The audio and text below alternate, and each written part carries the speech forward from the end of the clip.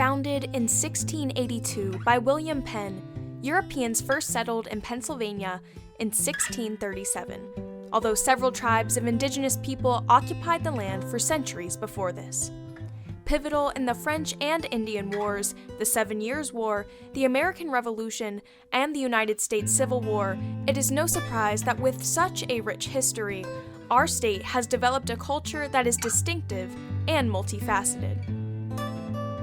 Full of legends and real-life heroes who risked everything for their beliefs, today Pennsylvania retains strong elements of folk culture developed by a combination of ideologies practiced by the varied ethnicities of original settlers, Native Americans, and shared experiences. Legends and lore passed down over centuries reveal philosophies that are as superstitious as they are religious and even scientific, resulting in a microculture found nowhere else. You are listening to Pennsylvania Life, Legends, and Lore, where we believe that behind every great story, there is a nugget of truth. In each episode, your hosts, Ethan and Holly, will attempt to uncover that truth and preserve a part of our incredible Pennsylvanian lifestyle.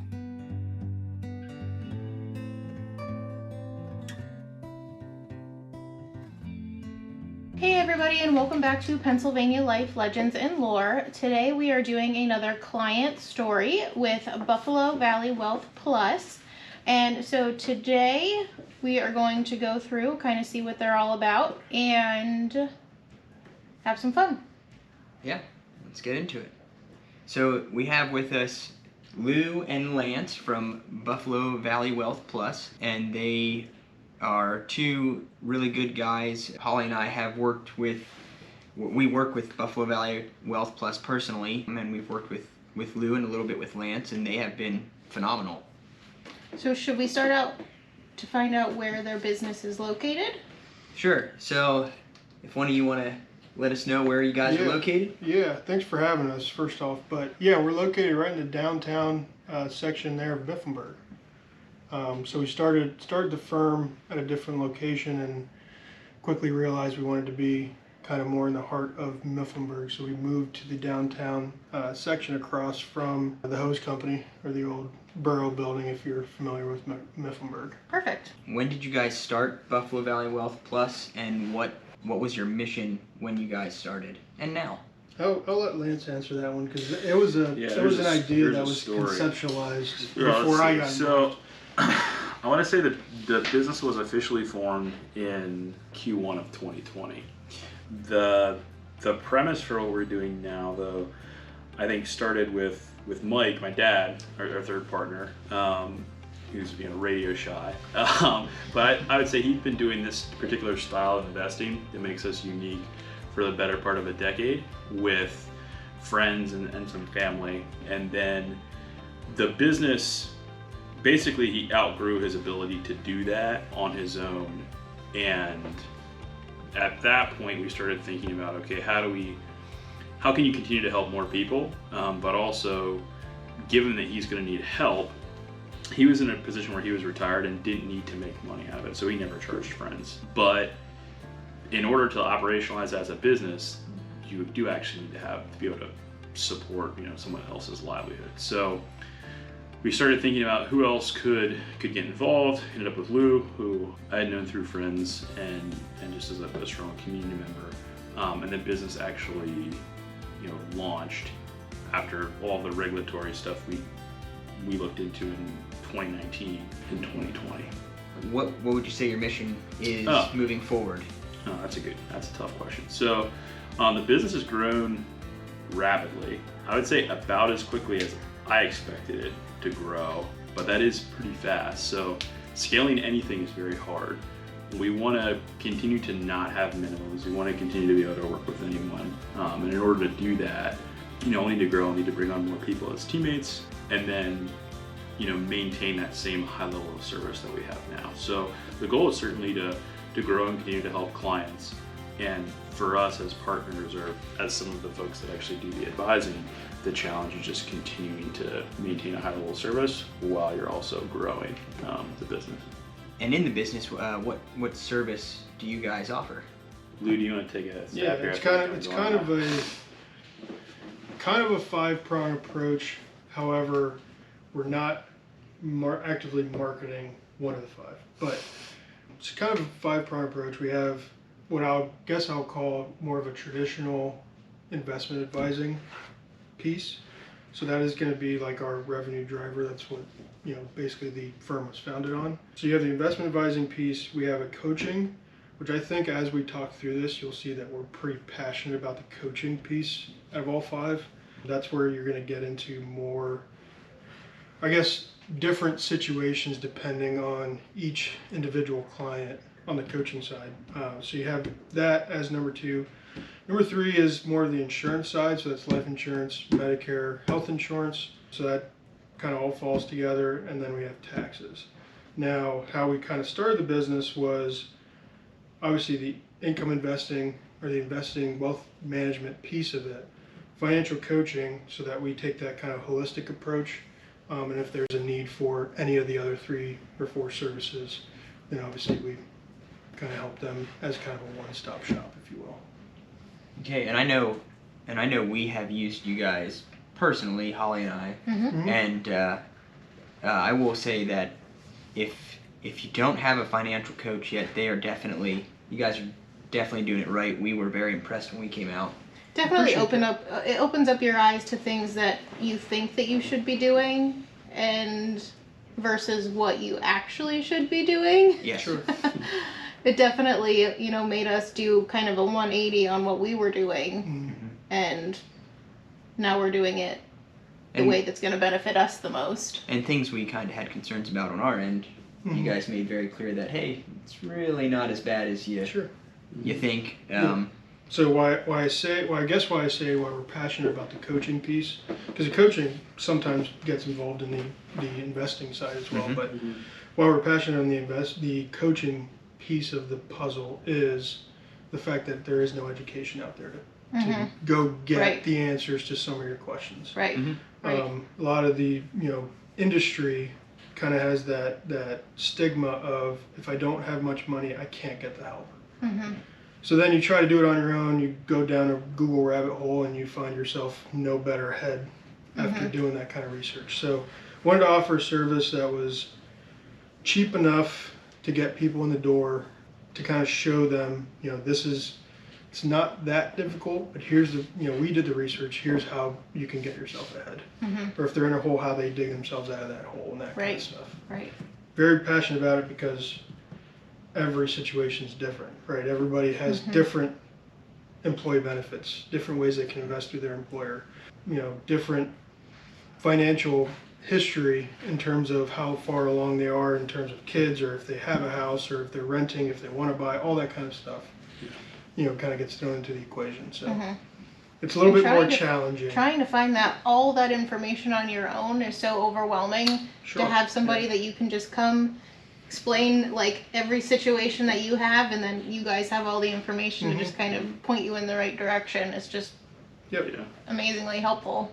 Yeah, you guys definitely, again, in our experience, there were things that was just like, that you had pointed out, it's like, if you just do this, it's like, that totally makes sense, but I would not have thought of that. Yeah, there's also a lot of differences too in terms of how folks were raised around money, right? So one of the things that I think is really interesting about the financial coaching process, and if I even back up and think about like what's the mission of the firm, a lot of it is around like alleviating financial anxiety, right? And that means a different thing to everyone.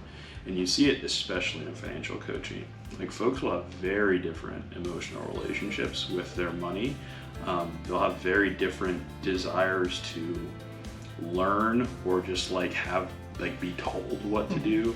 And all of those aspects are very hard to, like if you don't align with the client, and like form a relationship and understand why is the person making the decisions they're making, and do they like really want to understand, or do they just want to be told what to do, you can have a misfit there too. So I think a lot of the clients, I mostly work with remote coaching clients, like folks that aren't as local, and there's a very broad approach on like how much do you want to teach versus like teach to fish versus like get the fish, and also like, you know, folks who might have like first generation wealth or someone who has like tremendous generation, like it's a very, very wide swath, and everyone approaches it very differently. So you do deal with more with remote people as well. They don't have to come into your office. Nope. We have local people that just don't Yeah. have time to meet in the office. So Okay. Lance takes a lot of those people and does them off hours. Yeah, just email or in the evenings via like we have- Teams or Zoom. Or We have whatever. one person in like what, Singapore? Yeah, we have folks all over. But a lot of it too is that keeps it interesting for me in particular. Like the client base that I work with has a lot of just interesting stuff that comes up. So yeah, and I honestly prefer to work digitally in that way. So that gives me the flexibility I need to do other projects as well. So. Do you get to travel to Singapore to meet Not a company dime. I did visit earlier this year. Might A not friend, get approved. but yeah. Might not get approved. Well, I guess that would be approved my expense, right? But there'd be some sort of version of that probably wouldn't make it past the finance team. But maybe someday. You touched on this a little bit, but what really made you guys choose to start this company in this industry? I mean, it conceptualized from the idea of giving the Valley, is where we're starting, but giving the Valley a different option of retirement than the traditional approach. So that's where the idea really stemmed from originally. So, I mean, Lance, you can talk to your own background, but Yeah. you were a finance major out of Wharton, and that was your background. Mike was a self-taught investor, and they have been doing it for decades, right, of investing. So it conceptualized as just offering the Valley something different that people can, you know, have an opportunity to have options. Obviously, we're biased, and we think our option is, you know, something to be looked at least hear us out in terms of a different way of looking at retirement. So that's how the business just kind of conceptualized from there. Yeah, I think to answer that question requires like a little bit of a dive into what does income investing mean, and specifically how do we approach like end of life like wealth and that whole situation, right? Like that's the piece that I think really defines what makes income investing at BVWP different, and why I think it's really cool. And I was excited about what my dad was doing and saying like, hey, you know, don't you want to help more people? Like people are calling you, you know, once a quarter, twice a quarter, you get another friend of a friend or whatever, and you're telling people no. And the premise is that like the baseline premise is that it doesn't make sense to die the wealthiest you've ever been. Like the day you pass away, which will all happen to everyone, right? Most of the traditional financial planning models, probably you will die the wealthiest or very close to the wealthiest you've ever been. And most folks, when you show them that, will say that doesn't make a lot of sense. And we really adamantly agree with that. So the income investing approach is not just, hey, we're going to buy these certain things instead of these other certain things that we will have different actual asset allocations to. But it's also going to be an ethos whereby we help folks understand that in many situations, not all situations, but in many situations, you should be either spending or passing wealth early or doing philanthropy in some sort of version much, much earlier than what like the book or what the traditional asset management approach might advise.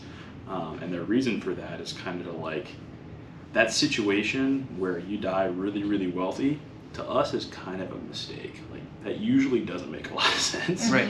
But that's an important piece. Like if a client came in and said, hey, I want to like pass away with the biggest possible number on my account statement, that is not a good fit for us. And we make it a point to say we'll tell them that. And it's like, we can help you do that, but like you're going to be a coaching client, and we're just like going to buy stocks, and like that's pretty much it. And you know, you'll probably die really, really wealthy, but it doesn't make a lot of sense, right? You can't eat your money. You can't really enjoy a number. Yeah, I think that also goes to like, I feel like people, especially in this area, like they have that mindset of, I just need to do that. Like that's the way it should be.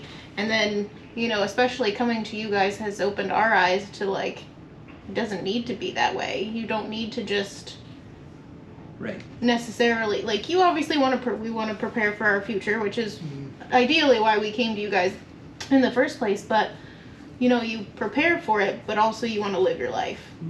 And I think you guys have a good way of showing people how to do that, but still being prepared for your future.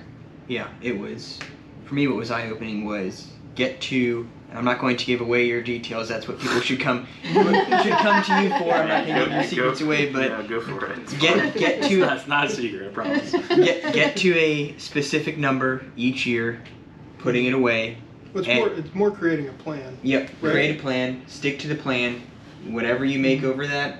Well, and everybody's Enjoy plan your is life. going to be different. You know, we came to you guys in our early 30s, whereas somebody coming to you in their 50s is going to have a different plan. Sure. You know, so, but I think ultimately, like, it really changed my viewpoint on a lot of things that, you know, you grow up thinking one way about your finances when in reality you can do things a whole different way. And that goes back to the just lack of education Absolutely. on the personal finance side. Absolutely. Not necessarily overall finance, but just personal finance side. There's just Mm-hmm. lack of education, not only in the area, it's just overall.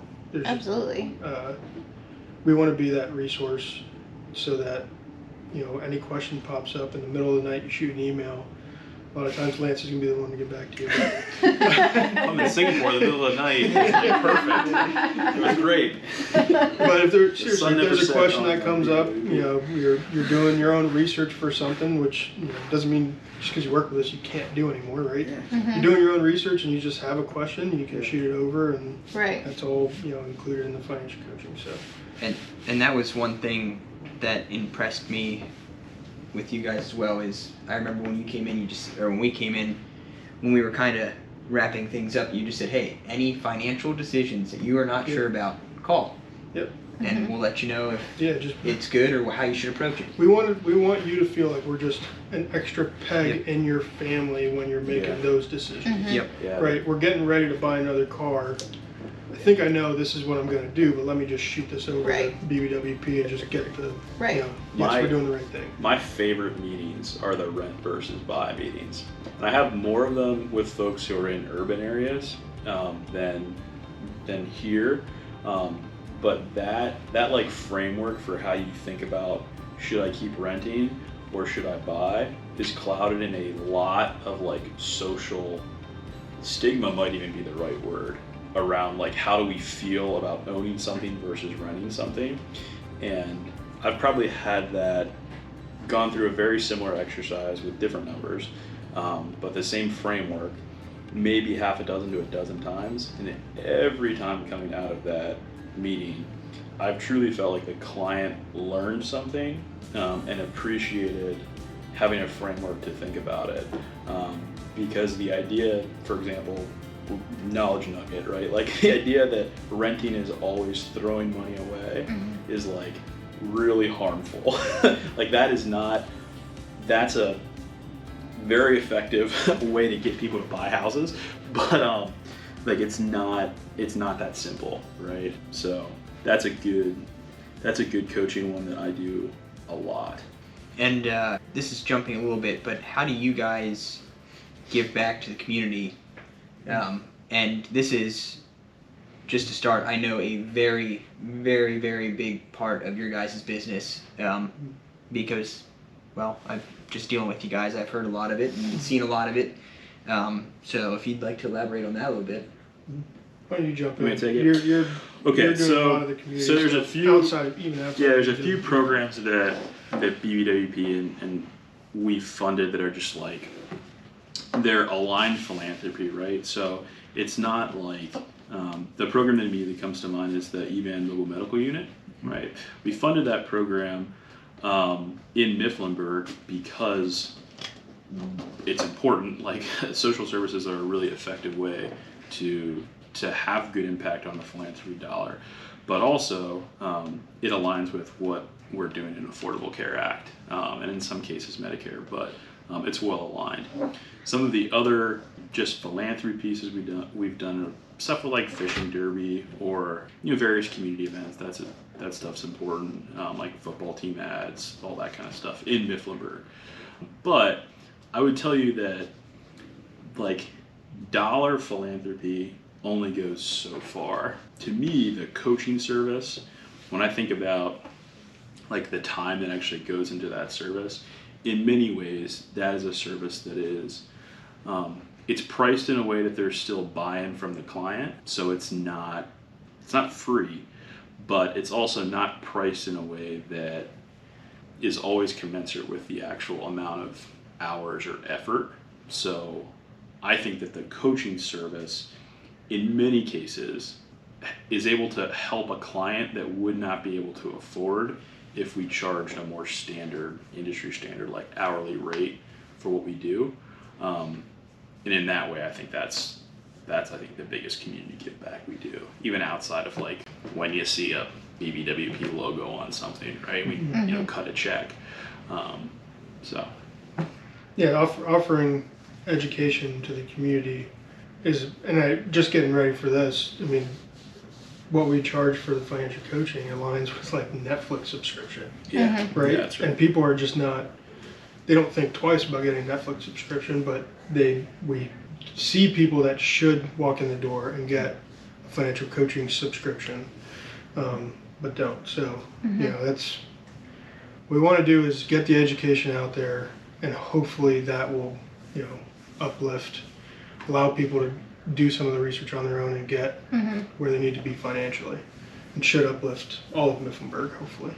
So, for people who don't know you guys have I don't want to call it a secret business that you guys have, but you guys don't make it super known, you just do it. And that is your kind of, I don't want to call it real estate side, but I guess that's really what it is.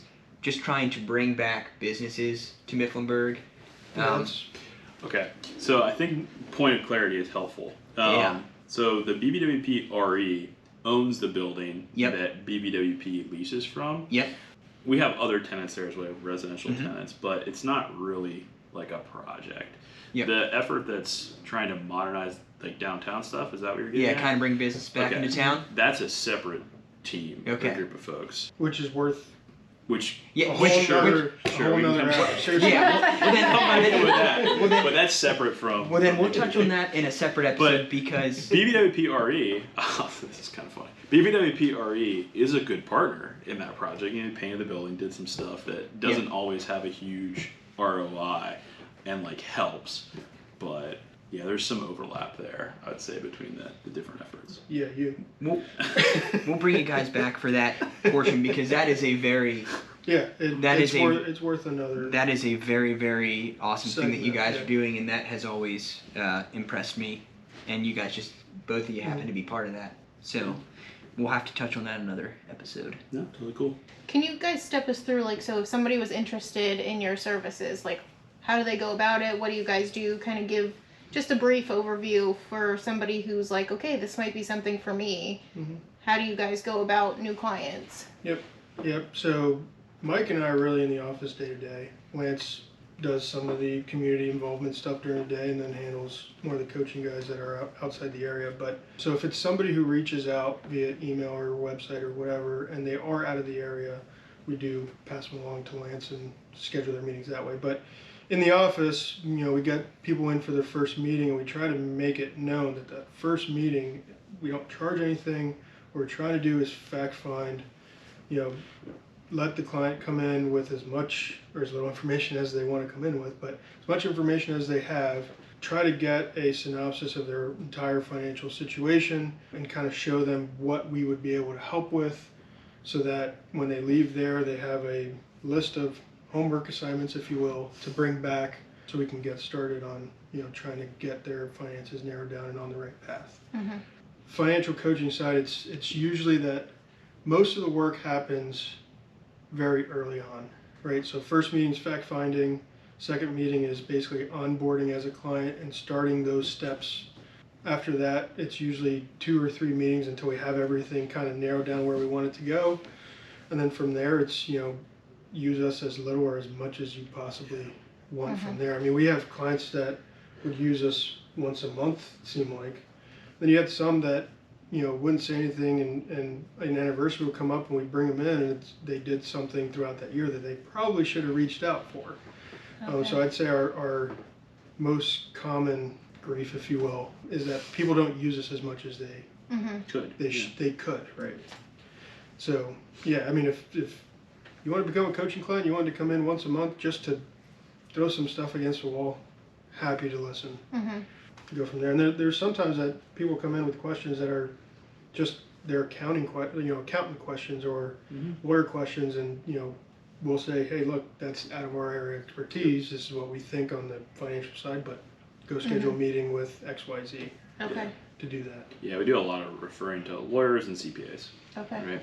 Or other like property casualty type insurance stuff we'll refer out to. But Yeah, that's part of our onboarding is, even on the insurance side, we're from here, but on the insurance side, where do you get your auto and home? And if it's a captive agent, we say, hey, this is what an independent agent is. Right. And people don't even understand the difference and send them this way. So yeah, it's obviously a step process, with the first one just being come in, let's listen, no charge. We'll see if we can help. There have been a couple of clients that are pretty squared away. Okay. And we said, look, you know what you're doing. You're doing a great job. Keep doing it. Good. And if you have questions that are, get a little bit deeper and you want to come back in to become a coaching client, then yeah, but you're good to go. And sometimes people just need that reassurance of, you got it. Yep, totally. You're on the right path. Yep. Keep doing what you're doing. Absolutely. Yeah, I mean, I made some really big financial decisions about a year and a half ago, and I got a financial advisor, like someone who I felt was reasonably qualified, independent, not my dad or Just to get another. just to get another set of eyes. I mean, if I could pay someone $200 a year that was just available whenever, like I would do it too. You know? So I think it's pretty good value for almost everyone. What do you guys find to be the most challenging part of what you do? Oh, I picked a good question. Yeah, it made me think. I even read these questions before I came. Thinking is good. I would say, I guess, frustrating piece Sure. It's challenging. would be there are, I guess, ideologies in our area of how to service your debts and stuff like that we try to work through. And there are people that come in for the coaching service where we'll have a sit-down meeting and come up with a very clear plan. They're agreeing on it. Everything looks good to go, yet they just can't get over the hump and actually make those changes. And that becomes a little bit frustrating. There are some people who just don't put personal finance at the top of the priority list. And for us who are in the industry, can be a little bit frustrating. Outside of that, I don't see anything as being too difficult, challenging, but frustrating at times. Yeah. Right, you're like, I'm giving you the answers. Like, just take it and go. Yeah. I mean, sometimes I'm okay with that if I feel like if someone has a, let's say, 2 5/8 mortgage right now, and they have it for 27 more years, and they're like paying extra on it. That like makes me want to explode, right? Like that's great debt. Like do not pay extra. But if it makes the person feel better, then it's like, okay, my job is to alleviate anxiety. You're less anxious. Great. But I mean, I have 2 clear ones for me. I've worked with a few clients, not a ton, that are truly in like a poverty finance type situation, like massive credit card debt, like really stuck. And I have not succeeded, not all of those folks have really like adjusted that situation. I've worked with them, and I can think of 2 specifically where I felt like it's a little bit of like you bring it back on yourself. It's like, okay, what could I have done differently, right? It's that like cycle of, I don't know, some kind of self-doubt or like shame, like, oh, I should have presented this differently, or I should have, like shoulda, coulda, woulda, over and over again. For a couple of those folks that weren't successful, those are the hardest situations. Like I said, we don't get it a lot, primarily because a lot of those folks don't even think that like a financial advisor is for them, right? The success stories in those spaces are fantastic, but it's always tough when it's like, man, I can see a path out of here, but like there's a lot of lifestyle and habit changes that need to happen, and that starts to like get a little bit definitely out of our area of expertise. So that's the first piece. Like some of the poverty finance situations are really challenging. Then the second piece is just like internal. I mean, like my dad and I butt heads frequently. I think that's just a function of, it's almost never, like I struggle to think of a moment where it's on like, what should a client do? Or like, what's a good investment? It's always like business internal stuff, like marketing, like constantly arguing.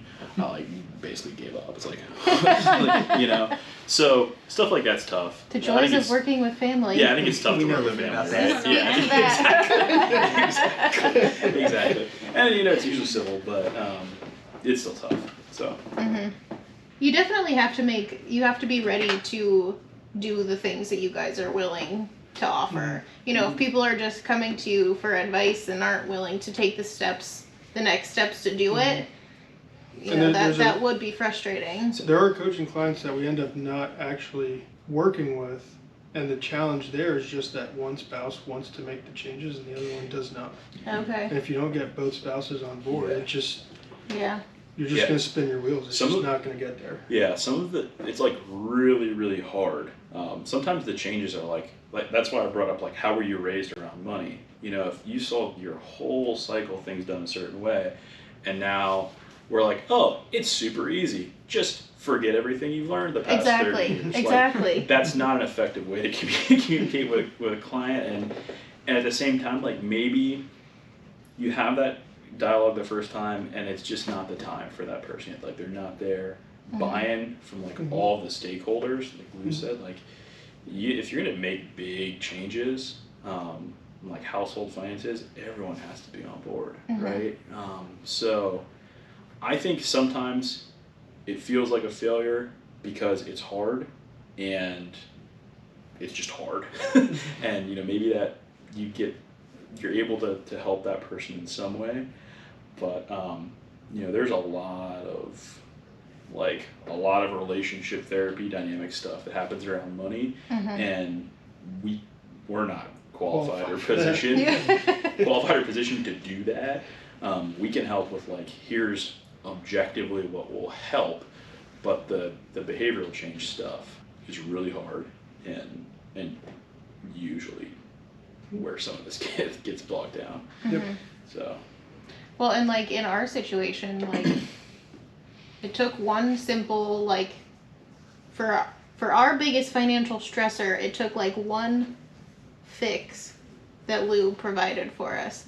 And it really, we had to change how we did things. We were like, okay, we're not going to eat out. We're not going to, you know, spend on lavish things because we're going to take care of this first. So, I mean, I see if we both weren't on board for that, like that would never work. So, but, you know, it could take one easy fix to alleviate one huge burden for people. And that's, I feel like, the biggest stressor for people. Finances, money is huge. Yeah. I'm pretty sure outside of infidelity, finances are like the biggest reason why people. Oh, I bet. I bet. So. I'm going to add to this question a little bit. We had a question, what do you define as success? But I would add to that, what do you define as financial success for an individual person, for one of your clients? There's a lot that goes into that. I mean, that's where the fact-finding at the beginning, you know, part of that fact-finding me is just what are your goals? You know, you have, obviously you can make tangible goals of a dollar amount, and once you get there, that's successful. But everybody's different. I mean, we have some people who are looking to retire by 45, right? So how do we make a clear path to get there?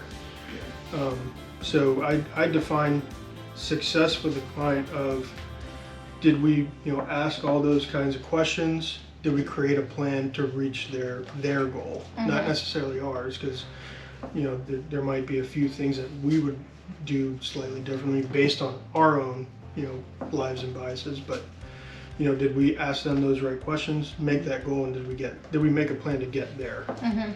I just keep going back to anxiety, right? Like, is the client content? And that can mean, usually there's a noticeable difference between like the first meeting and like the checkups that are happening 18 months later and things like that after you've worked together and made some changes. And that contentment is so drastically different for every person. Like there are folks with what I would consider tremendous resources that are still anxious about like being able to pay for a nursing home or some other expenditure. And then there are folks with like fewer objective resources that feel very comfortable. And the version of that is success for me is the version where the client feels comfortable. Like they're actually able to focus on living their life, whether it's family, friends, vacation, you know, some hobby that might require them to have large expenditures every once in a while. Who knows? But like being able to do that thing, those things rather, that's what feels like success. Whereas like the number really is not. There are a lot of people with tremendous wealth that are very discontent. So yeah, that's what it looks like for me. So if you're willing to share this area, are there basic wealth management principles that you advise all clients to follow? So all I would say no, because everyone's different, right? But for most folks, and is the question specific to this area? Like you're looking for, you're saying, okay. So most folks, I think, have too little debt, like productive debt. And that is probably not unique to this area, but like paying down debt early is usually, and like an objective financial mistake. That said, for most people, it makes them feel very, very good. So that's in the bucket of advice that I'll say it like once. And then if I can tell the person like doesn't care, they're like, I don't care what you're saying, Lance. Like it makes me feel good. It's like, okay, well, I won't do it anymore. So that's a big one. The debt, like if you look at a very wealthy person, like an ultra wealthy person, they will almost always have a substantial amount of debt, right? Even big companies, there was a while where Apple would borrow money because it was so cheap just so they could pay dividends, right? Like there are a lot of good reasons to use debt.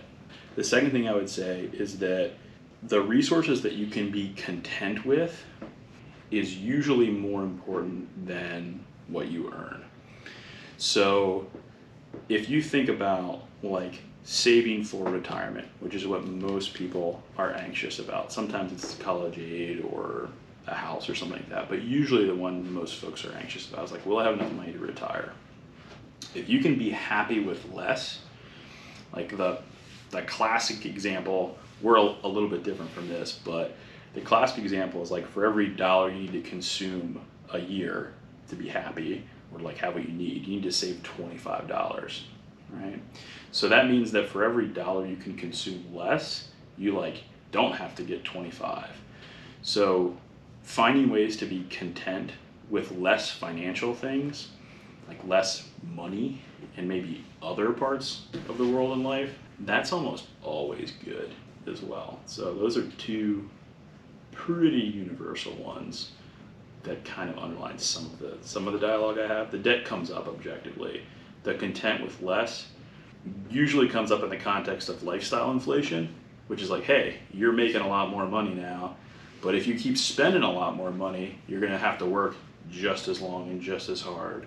And like maybe that job's intense and it's gonna burn you out faster. And that's something that comes up frequently with clients in urban areas a lot. It's like, oh, you're a lawyer, but like it sucks your life away and you're working like 100 hours a week. Well, if it starts to become like you need that $200 dinner to be happy, that's going to be like a problem for your plan to like quit, when you're 29 or whatever.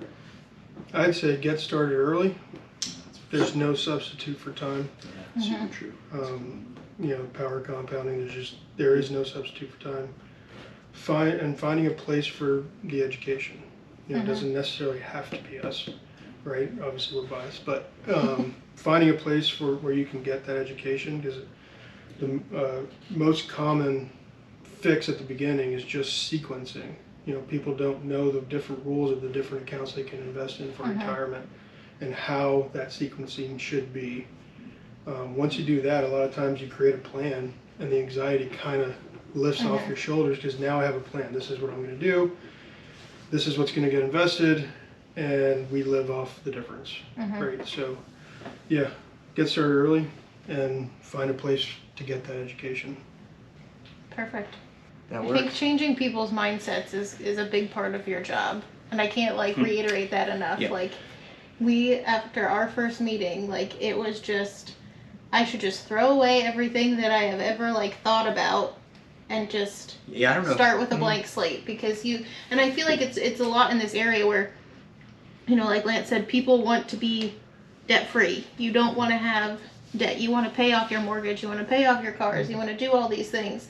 And that's not necessarily the best route for you to take. Depends. Yeah. Right. And it just, I think going into, you know, any sort of meeting with you guys with just an open mindset that, you know, what you're doing may seem what's comfortable for you, but you might have to step outside of that comfort to achieve those goals. Yep.